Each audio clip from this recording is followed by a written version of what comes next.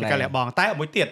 ចង់សួរផងដែរថាតើយើងគួរតែមានអាកប្បកិរិយាបែបណាហើយនឹងមិត្តភ័ក្តិយើងគួរតែមានអាកប្បកិរិយាបែបណាដែលយើងអាចរាប់អានមួយគ្នាហើយសប្បាយចិត្តហើយរស់ជាខ្លួនឯងបានទៀតឲ្យតម្លៃគ្នាទៅវិញទៅមកទទួលយកអីជាគ្នាជាធាតុពិតជាធម្មជាតិនៃគ្នាហ្នឹងហើយលើកលែងមិនលះបង់ណាលើកលែងហើយសម្របខ្លួនពាក្យថាសម្របខ្លួនមិនមែនជាការលះបង់ទេទាំងអស់គ្នាកុំគិតថាវាធំដុំដល់ទាំងអស់គ្នាត្រូវលះបង់សម្របខ្លួនដើម្បីមិត្តភាពសម្របខ្លួនដើម្បីមនុស្សជុំវិញខ្លួនឧទាហរណ៍ដូចខ្ញុំអញ្ចឹងមកធីមចេះខ្ញុំជាតារាសម្ដែងខ្ញុំទៅ hip hop ខ្ញុំទៅជាត្រូវ hip hop មិនអាចទៅប្រុសស្អាតស្អីតារាសម្ដែងភ្លឹងអីតែឯងទេ bro តិចអីចឹងទៅចូលគេចូលឯងទៅយើងចូលកន្លែងឈៀលយើងឈៀលគេយើងអាចទៅដល់ធ្វើប្រុសស្អាតអីតែឯងអាហ្នឹងគេហៅការសម្របបាទយល់ហើយប៉ុន្តែកុំលះបង់អស់ដើម្បីខ្លួនឯងពេកព្រោះអាចដល់ថ្ងៃណាមួយទាំងអស់គ្នាបាត់បង់ខ្លួនឯងបាត់បង់អ្នកណាក៏បានដែរលើពិភពលោកនេះកុំឲ្យបាត់បង់ខ្លួនឯងទាំងអស់នេះរកខ្លួនអត់ឃើញទេជីវិតនេះរស់អត់មានន័យទេព្រោះឯណាវិញយល់មិនដែរដូចមិត្តភ័ក្តិនិយាយគ្នារាប់អានគ្នាហ្នឹងរបៀបថាបើសួរថាបលះបង់ដូចខ្ញុំនិយាយដែរអញ្ចឹងយើងមើលទៅតាមស្ថានភាពជាក់ស្ដែងតែសម្រាប់ខ្ញុំនៅតែស្រឡាញ់មិត្តភ័ក្តិឲ្យតម្លៃទៅមិត្តភ័ក្តិហើយខ្ញុំព្យាយាមនិយាយគ្នាស្មោះត្រង់មួយគ្នាថាមានរឿងអីនិយាយគ្នាកុំពីក្រោយខ្ញុំសុំតែប៉ុណ្្នឹងឯងអាហ្នឹងបើអ្នកទាំងអស់គ្នាចង់រក្សាមិត្តភាពហ្នឹងឲ្យបានយូរអង្វែងកុំហ្មងហើយកុំរបៀបថាព្រួតគ្នាអីចឹងខ្ញុំក៏ធ្លាប់ជួបដែរវាមានរឿងគេព្រួតធ្វើបាបមិត្តភ័ក្តិតគ្នាដោយសារគេតិចសអីចឹងទៅអាគេវាភ្លេចអាទង្វើយើងធ្វើតែខ្ញុំដូចខ្ញុំនិយាយចឹងខ្ញុំឈប់ហើយខ្ញុំលែងចង់បានអីហីខ្ញុំធ្វើល្អគឺរឿងទឹកចិត្តខ្ញុំបនរបស់ខ្ញុំអញ្ចឹងសម្រាប់គេធ្វើមកខ្ញុំមិនវិញអានឹងរឿងគេចោះយើងដឹងថាយើងផ្ដល់ឲ្យគិតថាកម្រិតនៃការលះបង់ហ្នឹង100%បើយើងប្រៀបធ្វើមិនវាមិនមែនថាចេញមក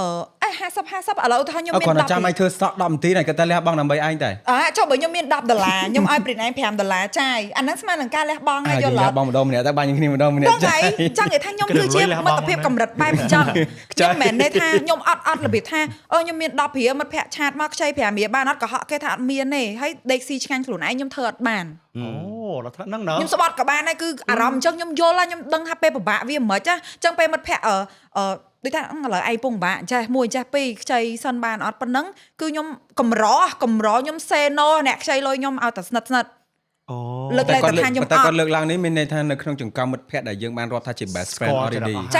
កម្រទោះថាមាន10ព្រាក៏ខ្ញុំត្រូវឲ្យ5ព្រាហើយប្រាប់គ្នាត្រង់ហ្មងឥឡូវមានគ្នារងថ្ងៃចែកគ្នាចាយទៅចាំពេលមានឯងត្រូវការឯងយកវិញរបៀបអញ្ចឹងអាហ្នឹងរឿងប៉ិតបើខ្ញុំកម្រ file នឹងមិត្តភាពមានតែពីក្មេងឯងបានពិបាកចេះពីហ្នឹងទៅហប់ Henna ទៅយើងហ្នឹងបាទនិយាយចឹងbestie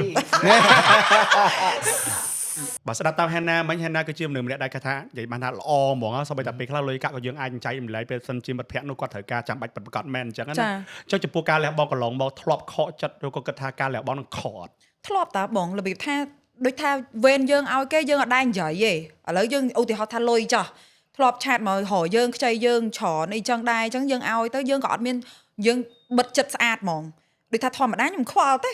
ម្ដងយើងម្ដងគេរឿងហ្នឹងរឿងជីវិតមិនថាតារាមិនថាហ្នឹងហើយខ្ញុំតែខ្វល់ទេតែដល់ពេលវេនយើងវិញដើរនិយាយប្រាប់គ្នាតថាយើងហ្នឹងឥឡូវធ្លាក់ឲ្យអញ្ចេះចោះប្រយ័ត្នអញ្ចេះប្រយ័ត្នចោះហើយនិយាយប្រាប់ចំមិត្តភ័ក្ដិចិត្តស្និទ្ធយើងអីទៀតដល់ពេលអញ្ចឹងគេមកប្រាប់យើងហួសចិត្តដូចថាគេបង្កើតដូចគ្រប់អីកុំឲ្យយើងនិយាយដូចថានិយាយពីយើងហ្មងឡើងយើងហួសចិត្តថាគេមានវគ្គហ្នឹងទៀតចុះវេនយើងដូចអត់មានដើរទៅនិយាយប្រាប់ផងថាម្នាក់ហ្នឹងលើពងខ្វះហើយអញ្ចេះចោះជីវិតគេដល់ណាមិនទៅព្រោះខ្ញុំមិត្តភ័ក្ដិគេមានរត់ចោលស្រុកណាខ្ញុំស្និទ្ធខ្ញុំស្គាល់ផ្ទះស្គាល់សបាយគេស្គាល់ផ្ទះស្គាល់សបាយខ្ញុំម៉ែឪស្គាល់គ្នាតាយើងមិត្តចង់ហៅមុខមាត់យើងប៉ុណ្ណឹងគេក៏ប៉ុណ្ណឹងយើងឲ្យតម្លៃទៅលើគេដែរអញ្ចឹងណាអញ្ចឹងអូខេឥឡូវសម្រាប់ថាបាត់ប៉ុណ្ណឹងបាននិយាយមកខ្ញុំប៉ុណ្ណឹងមែនខ្ញុំសប្បាយចិត្តហ្មងព្រោះខ្ញុំបានកាត់ថែមអស់ម្នាក់2នាក់3នាក់ដែលខ្ញុំណូតទុកនឹងហើយអញ្ចឹងខ្ញុំសល់អាពិតប្រកបដែលគេនៅយកមកប្រាប់ខ្ញុំវិញខ្ញុំមានរនាំងការពារនៅពីក្រោយខ្ញុំវិញគឺមិត្តភ័ក្ដិដែលខ្ញុំគិតថាវាជឿគេវាជឿលើខ្ញុំវាគិតថាខ្ញុំមិនមែនជាមនុស្សបែបហ្នឹងទេវាការពារខ្ញុំនៅវាថាគេតែងតែនិយាយថាយើងគួរតែរក្សាអ្នកណាដែលការពារឈ្មោះយើងនៅពេលដែលអត់មានអវត្តមានយើងមានវត្តមានយើងនៅលើតុកហ្នឹងអា quote ហ្នឹងខ្ញុំធ្លាប់អានខ្ញុំយល់អារម្មណ៍ហ្នឹងផ្ទាល់ហ្មងខ្ញុំពិតជាដឹងគុណថាម្នាក់នេះបានការពារខ្ញុំនៅពេលដែលខ្ញុំអត់នៅក្នុងហេតុការណ៍ហ្នឹងអញ្ចឹងខ្ញុំគិតថាអូខេខ្ញុំបាត់តាពួកអត់ប្រយោជន៍នឹងប្រហែលអ្នកចេញពីជីវិតខ្ញុំស្រាលថែមខ្ញុំរែកតែប៉ុណ្្នេះអញ្ចឹងខ្ញុំអត់ស្ដាយការលះបង់របស់ខ្ញុំបន្តទៀតជាមួយនឹងអ្នកដែលគេស្មោះត្រង់មួយខ្ញុំនឹងទេខ្ញុំសួរខ្ញុំខកចិត្តអត់ឈឺចាប់ណាខ្ញុំនិយាយមែនណាអាមិត្តភាពនឹងពេលខូចចិត្តឈឺចាប់ជាងស្នេហា100ដង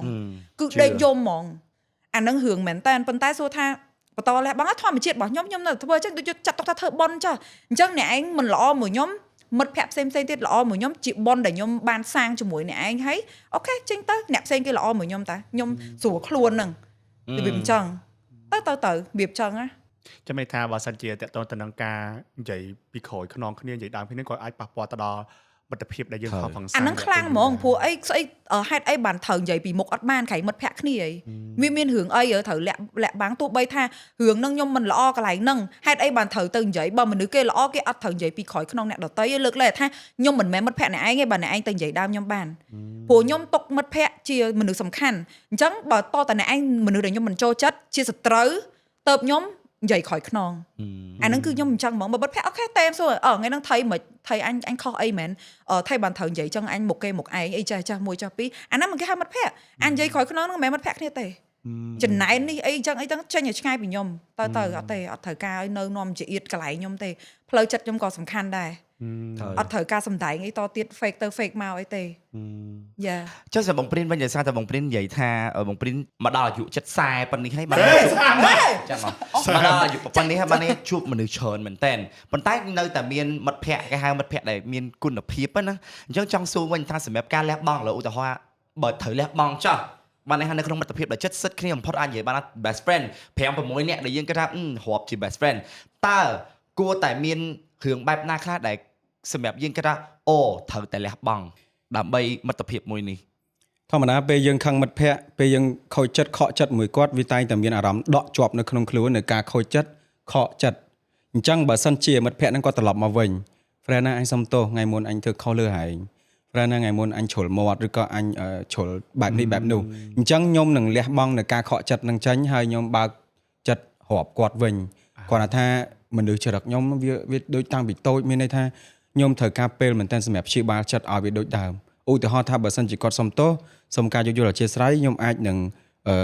ត្រឡប់មកដូចដើមប៉ុន្តែវាបានត្រឹម90អីចឹងទៅវា take time 10ទៀតទេណាវា take time មានន័យថាគាត់អាចមកសុំទោសខ្ញុំប៉ុណ្ណឹងហើយខ្ញុំល្អ 100% ត្រឡប់ទៅវិញដូចកៅស្រាមហើយវាបែកវាតែវា take time ខ្ញុំធ្លាប់ខឹងគាត់ឧទាហរណ៍ថាបើខ្ញុំខឹងគាត់ចឹងខ្ញុំអត់សូវនិយាយមួយថ្ងៃហ្នឹងធ្លាប់និយាយទៅប៉ាលេងមួយគ្នាវាសល់ពាក្យតាបានបន្តិចបន្តួចចឹងអាហ្នឹងចរិតខ្ញុំតាំងពីតូចខ្ញុំព្យាយាមប្រាប់ខ្លួនឯងដែរបើសិនបើខឹងណាគេម្នាក់កុំខឹងយូរពេកប្រាប់ខ្លួនឯងរហូតប៉ុន្តែអាមាត់នឹងចិត្តហ្នឹងវារឹងហ្មងអញ្ចឹងបើសិនជាមិត្តភក្តិខ្ញុំក្រោយៗនេះគាត់ដឹងហើយឧទាហរណ៍បងខ្ញុំដែលជាមិត្តភក្តិដែរគាត់រាប់អានខ្ញុំហើយគាត់ខឹងខ្ញុំគាត់មកសុំទោសខ្ញុំហើយគាត់នាំខ្ញុំដើរលេងព្រោះខ្ញុំញ៉ាំអីតែវាតិចតួចទេដើម្បីឲ្យខ្ញុំផ្លូវចិត្តខ្ញុំវាត្រឡប់មកវិញហើយវាមែនគាត់ធ្វើអញ្ចឹងច្រើនដងហើយគ្រប់គ្នាដែលគេធ្វើមកកាន់ខ្ញុំហ្នឹងខ្ញុំពិតជាត្រឡប់មកដូចដើមមែនប៉ុន្តែបើសិនជាម្នាក់ហ្នឹងខុសខ្លាំងមែនទែនខុសខ្លាំងមកលើខ្ញុំហើយគាត់ថា low friend អញសុំទោសអញចង់ទៅលេងហើយដូចដើមឯបានអត់ទេខ្ញុំកាត់ចោលប្រហែល 3-4 នាក់ឯងប៉ុន្តែខ្ញុំមិនស្អប់គាត់គុំឈ្នានេះអីគាត់ហើយនិយាយអីអាក្រក់ពីគាត់ទេណានេះរាប់អានខ្ញុំចង់10ឆ្នាំហើយដែរលឺខ្ញុំនិយាយអាក្រក់ពីណាគេទេត្រូវទេប៉ុន្តែខ្ញុំមានគាត់ដឹងថាខ្ញុំកាត់ណាចេញប្រហែលអ្នកកាត់ចេញគាត់ដឹងទាំងអស់ហើយបទពិសោធន៍ខ្ញុំមិនដឹងថាខ្ញុំមនុស្សល្អឬក៏ខ្ញុំមនុស្សដែលនៅឈរលើភាពត្រឹមត្រូវទេមនុស្សដែលខ្ញុំកាត់ចោល4នាក់មាន3នាក់ឯងមកសុំទោសខ្ញុំអរិយមែនតើអាយុបងខ្ញុំទៀតថ្ងៃមុនយើងជួបនៅកន្លែងញ៉ាំអីដែលឯងប្រាប់មកសុំទោសខ្ញុំហ្មងចាំពេលខាត់ហើយពួកម៉ាក់ខ្ញុំដែលខ្ញុំរៀនមួយគ្នាហ្នឹងមកសុំទោសខ្ញុំដូចគ្នាប៉ុន្តែពួកគាត់ប្រើការសុំទោសដោយអត់ត្រឡប់មករកខ្ញុំគ្រាន់តែសុំទោសឲ្យដឹងថាទទួលកំហុសអញ្ចឹងខ្ញុំអត់ដូចដើមទេប៉ុន្តែខ្ញុំអត់បានស្អប់ឬគុំគាត់គុំឲ្យពួកគាត់ទេចង់ clear ដែរគាត់ហ្នឹងហើយប៉ុន្តែនៅក្នុងនោះមានម្នាក់ដែលសុំទោសហើយមករកខ្ញុំរហូតតតែគាត់ទទួលបានអារម្មណ៍ពីខ្ញុំដូចដើមមិនគាត់សុខចិត្តបងដុល្លារឃើញទេចាហែកបងដុល្លារគាត់ខុសមកយើងឆ្អែតឆ្អន់ហ្មងប៉ុន្តែពេលដែលគាត់ដឹងចរិតខ្ញុំមែនតើណាគាត់ថាអត់តវាមកអីអាព្រិនវាមកអីហីមកដូចដើមមកអីមកទៅរកវាតែម្ដងពីដងនិយាយធ្វើដូចតាមធ្វើធម្មតាមួយវាតែមួយថ្ងៃពីរថ្ងៃវាដូចដើមវិញអាហ្នឹងគាត់ទទួលបានអារម្មណ៍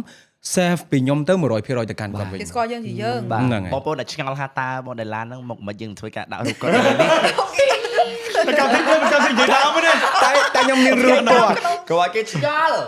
តែដាក់រូបទឹកក៏មួយយ៉ាងដែរឲ្យគេមើលដឹងថាពួកយើងរាប់អានខុសប្រភេទខុសវ័យហ្មងបាទមានន័យថាខ្ញុំបែបផ្សេងហើយណាផ្សេងបងដុល្លារផ្សេងពូម៉ាក់ខ្ញុំម្នាក់ទៀតផ្សេងហើយអាយុក៏រៀងខុសគ្នាដែរតែពួកខ្ញុំរាប់អានគ្នាបានអាហ្នឹងវាបង្ហាញពីការសម្របខ្លួនហើយដើម្បីក្តីសុខ friendship